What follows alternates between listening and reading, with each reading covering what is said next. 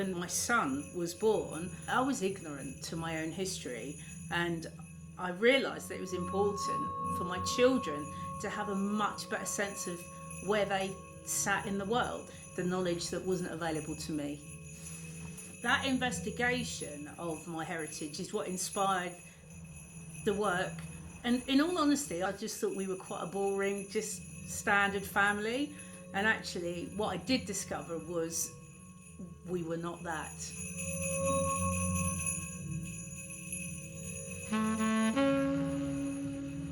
We went to St Kitts, which is where my parents are from, maybe 20 years ago. And we thought it was hilarious because the phone book was half full of Jameses. And we gave it zero more thought at the time. When I dug deeper into that, the reason it's so prevalent in St Kitts is that James is actually a slave name. And it would have been the slave owner's name because that's how it worked. They were all given the surname of who they belonged to. My parents and my grandparents have such a sense of shame about their own past that they wouldn't ever disclose any of it to me. It wasn't until I'd got quite far into sort of researching it and could ask more informed questions that I started to get any answers. I don't think it's easy to look into your past and think about how cruelly members of your not too distant family were treated. You know, on the boats themselves, people would be shackled to someone who had died for days. And when they reached their destinations, seasoning houses, there's still evidence of these seasoning houses in St Kitts.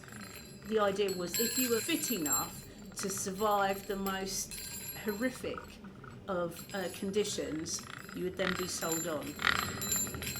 Slaves were often paid in alcohol and tobacco to form addictive habits, which meant that once they were reliant on it, they were more compliant.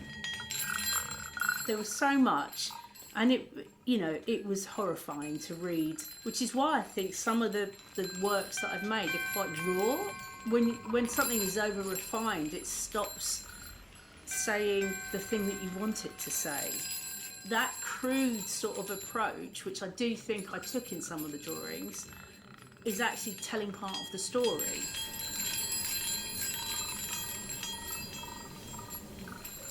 I do like the way that the colour shows on brown paper. It has a vividness. I really like it as a surface to work on, so that's like a practical thing. And all of this was headed for the bin. And I really like the fact that I've produced this body of work on paper that was destined to be scrapped. And I thought, that works for me. Themes would repeat themselves. I needed to work out some sort of visual shorthand so I could talk about something without having to do it in its entirety. For example, when I visually describe slave ships, they're all the same kind of symbol throughout all of the work.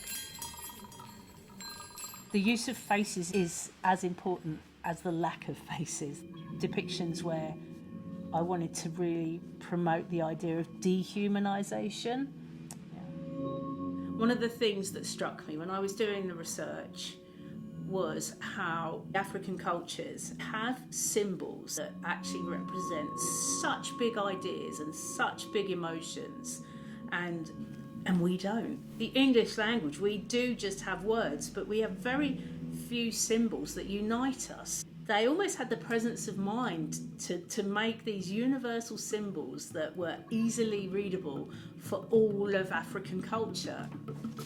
This is endurance, and it's based on your back and your ribs and your pelvis.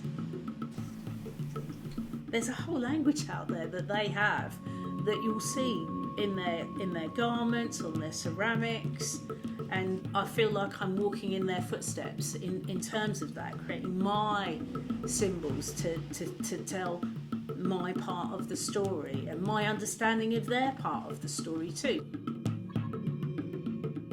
I felt a huge sense of responsibility to do this in a way that was respectful and honest and informative. In some ways, this had to work on a level that a lot of my other work doesn't have to. It took a lot out of me emotionally to do it, because I had to relive things as well, because it covers bits of like growing up in a National Front area, you know, being the only black person in a class, being constantly racially abused as a like, child into teenager. Depicting that means I have to think about it, and then when you think about it, you have to engage with the emotions of how it made you feel when it happened.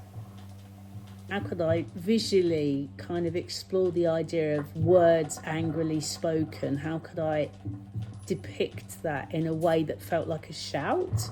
And then inserting the word or the name, it kind of speaks to how it sounded, but also how it felt.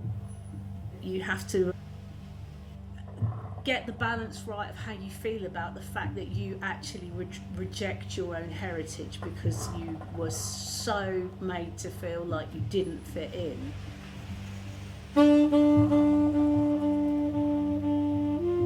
British history is so steeped in and built on the back of slavery, and for it to not be taught in schools was a travesty. Our level of ignorance surrounding that is monumentally high.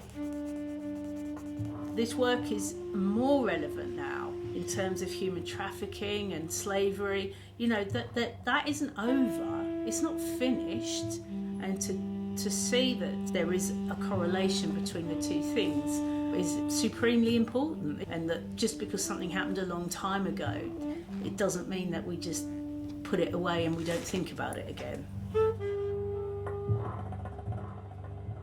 How my past is connected to my present is interesting.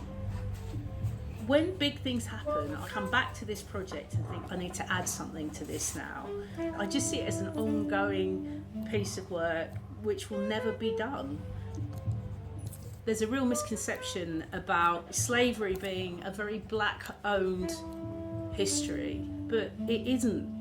When I think about Blackground, I do think of it as our story. The work should be as relevant to an Indian person as it is to a white person, as it is to a black person, because we've all been impacted upon by this story.